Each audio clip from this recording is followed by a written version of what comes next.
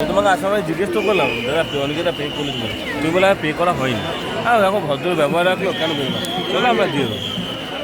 এইরকম যে গালাগালটা দিল আমি বলবো, ভাই যে বলবো আমার বলবো, তোমার গায়ে না লাগবো, আমার গায়ে লেগেছে।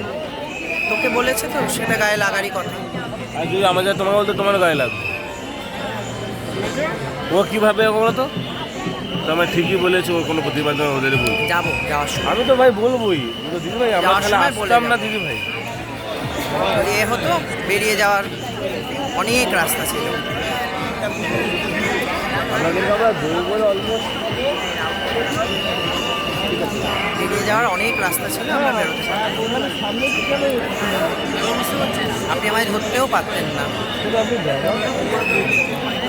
আর যদি আপনার তাও মনে হয় যে কোনো একজন মানুষ পালিয়ে যাচ্ছে, তখন আপনি যখন তাকে ধরলেন, তখন বোধহয় দাদা আপনি বোধহয় টাকাটা দিতে ভুলে গেছেন, গালাগালটা কেন? এই কথাটা বললেই কিন্তু সে এমনিতেও দিয়ে দেবে। আপনি গালাগাল দিলে আপনি মানে আপনার ব্যবহারটা খারাপ করলেন, এটা বলতে হয়।